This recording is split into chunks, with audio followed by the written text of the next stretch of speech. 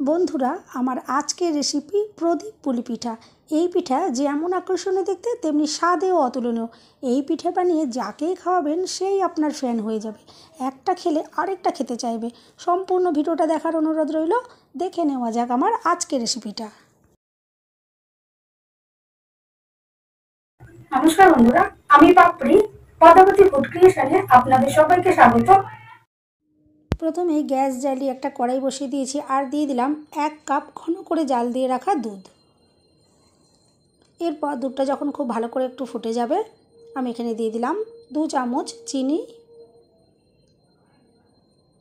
এরপর একটু নাড়াচাড়া করে নিলাম আর দিয়ে দিলাম 2টো ছোটো এলাচ আমি থেতো করে রেখেছিলাম। এটাতে টেস্টটা খুব অসাধারণ আসবে। ভালো করে দুধটা যখন ফুটে যাবে তখন আমি এখানে দিয়ে দেব 2 চামচ কোরানো নারকেল।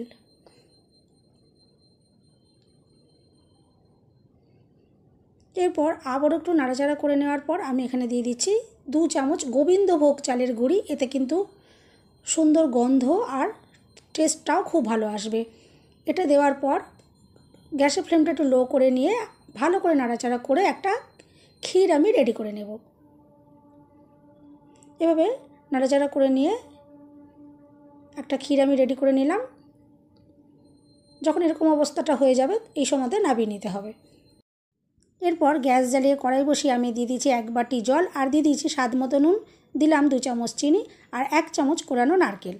এরপর খুব ভালো করে নাড়াচাড়া করে নিলাম। জলটা যখন খুব ভালো করে ফুটে যাবে এখানে আমি দিয়ে দিলাম 1 বাটি চালের গুঁড়ি। আমি 1 বাটি যেহেতু জল দিয়েছিলাম 1 বাটি চালের গুঁড়ি দিলাম। এরপর গ্যাসের ফ্লেমটা লো করে রেখে এভাবে একটু নাড়াচাড়া করে একটা ডো রেডি করে নিতে হবে।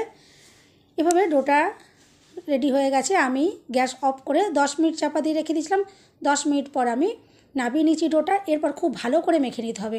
আমি খুব ভালো করে একটা স্মুথ ডো রেডি করে নিলাম। এরপর এখান থেকে আমি লেচি তৈরি করে নিচ্ছি। আমি কয়েকটা লেচি আগে তৈরি করে নেব যাতে প্রত্যেকটা পিঠে সমান মাপের হয়, সেই জন্য লেচিগুলো করে নিলে সুবিধে হবে। আমি কয়েকটা লেচি তৈরি করে নিয়ে তারপরে পিঠেটা তৈরি করে নেব।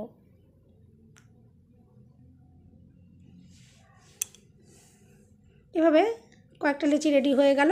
আমি এরপর পিঠে তৈরি করে নিচ্ছি। একটা লেচি আমি এভাবে হাতে নিয়ে নিলাম আর এভাবে প্রথমে বাটির মতন করে আমি তৈরি করে নিচ্ছি। প্রয়োজন পড়লে একটু হাতে একটু জল লাগিয়ে নিতে পারেন। এভাবে বাটির মতো করে নেওয়ার পর মুখের কাজটা একটু এভাবে একটা সাইড ধরে এভাবে একটুখানি সরু করে দিলেই একটা প্রদীপের মতন দেখতে হয়ে যাবে। যেমন নর্মাল আমরা মাটির প্রদীপ তৈরি করি সেরকমই প্রদীপটা তৈরি হয়ে যাবে। দেখুন একটা প্রদীপ এভাবে রেডি হয়ে গেল। এরপর আপনাদের বোঝার সুবিধার্থে আমি আরেকটা প্রদীপও তৈরি করে দেখাচ্ছি। আমি আবারও লেচি নিয়ে নিলাম আর এরকম বাটির মতো তৈরি করে নিচ্ছি। আর একদিক থেকে এভাবে একটু চেপে দিলেই একটা প্রদীপের শেপ হয়ে যাবে। এভাবে আমি সমস্ত প্রদীপগুলোকে রেডি করে নেব। সমস্ত প্রদীপগুলো তৈরি করে নিয়েছি। এরপর গ্যাস জ্বালিয়ে একটা গামলিতে আমি জল ফুটিয়ে নিয়েছি আর একটা ঝাঁঝরি থালাতে তেল মাখিয়ে নিয়েছি। তার উপরে আমি এই প্রদীপগুলো সব বসিয়ে দিলাম আর একটা চাপা দিয়ে আমি 5-6 মিনিট আমি ভাপিয়ে নেব। বেশি ভাপানোর প্রয়োজন পড়বে না, 5-6 মিনিটের মধ্যেই হয়ে যাবে। এরপর এগুলো ভাপানো হয়ে গেছে। আমি প্রদীপগুলো এবার থালাতে সাজিয়ে নিয়েছি। আর যেহেতু প্রদীপ পোলতে তৈরি করতে হবে, আমি যে ক্ষীরটা রেডি করে রেখেছিলাম সেই ক্ষীরটা থেকে এভাবে হাতে অল্প পরিমাণ কিছুটা নিয়ে ঠিক যেভাবে আমরা পোলতে তৈরি করি প্রদীপের সেরকম করেই এভাবে হাতে একটুখানি চেপে আমি প্রদীপের পোলতেগুলো রেডি করে নেব। আর এভাবে দেখুন চাপ দিলেই পোলতের মতন দেখতে হয়ে যাচ্ছে। এভাবে করে পোলতেগুলোকে প্রথমে আমি রেডি করে নেব। আর খুব অল্প পরিমাণে নিয়ে করলে পরেই কিন্তু পোলতেগুলো রেডি হয়ে যাবে। এভাবে সমস্ত পোলতেগুলো আমি রেডি করে নিয়েছি আর এভাবে প্রদীপের মধ্যে আমি পোলতেগুলোকে বসিয়ে দিচ্ছি। আর ঠিক দেখে মনেই হয়েছে যেন প্রদীপের মধ্যে তুলোর পোলতে রয়েছে।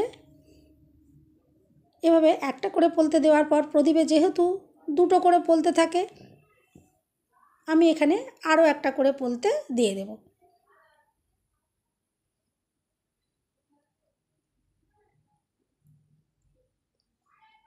এরপর দেখুন আমি এর ওপর দিয়ে আরেকটা করে পোলতে দিয়ে দেব।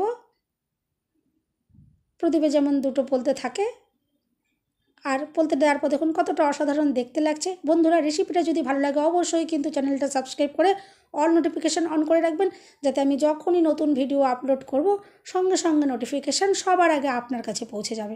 দেখুন দুটো করে পোলতে দেওয়া হয়ে গেছে। এরপর পোলতে দেওয়ার পর তেল দিতে হবে প্রদীপে। আমি এখানে যে লিকুইড ঝোলা গুড় হয় সেই গুড় আমি প্রদীপের ভেতর দিয়ে দিলাম। আর দেখুন পিঠেটা কতটা অসাধারণ সুন্দর দেখতে হয়ে গেল। যেমন অসাধারণ দেখতে তেমনি কিন্তু খুবই অসাধারণ খেতেও হবে। অবশ্যই কিন্তু বাড়িতে একবার ট্রাই করতে পারেন। রেসিপিটা ভালো লাগলে অবশ্যই কিন্তু লাইক শেয়ার কমেন্ট করবেন। আর সবাই সুস্থ থাকবেন, ভালো থাকবেন। দেখা হবে নেক্সট ভিডিওতে।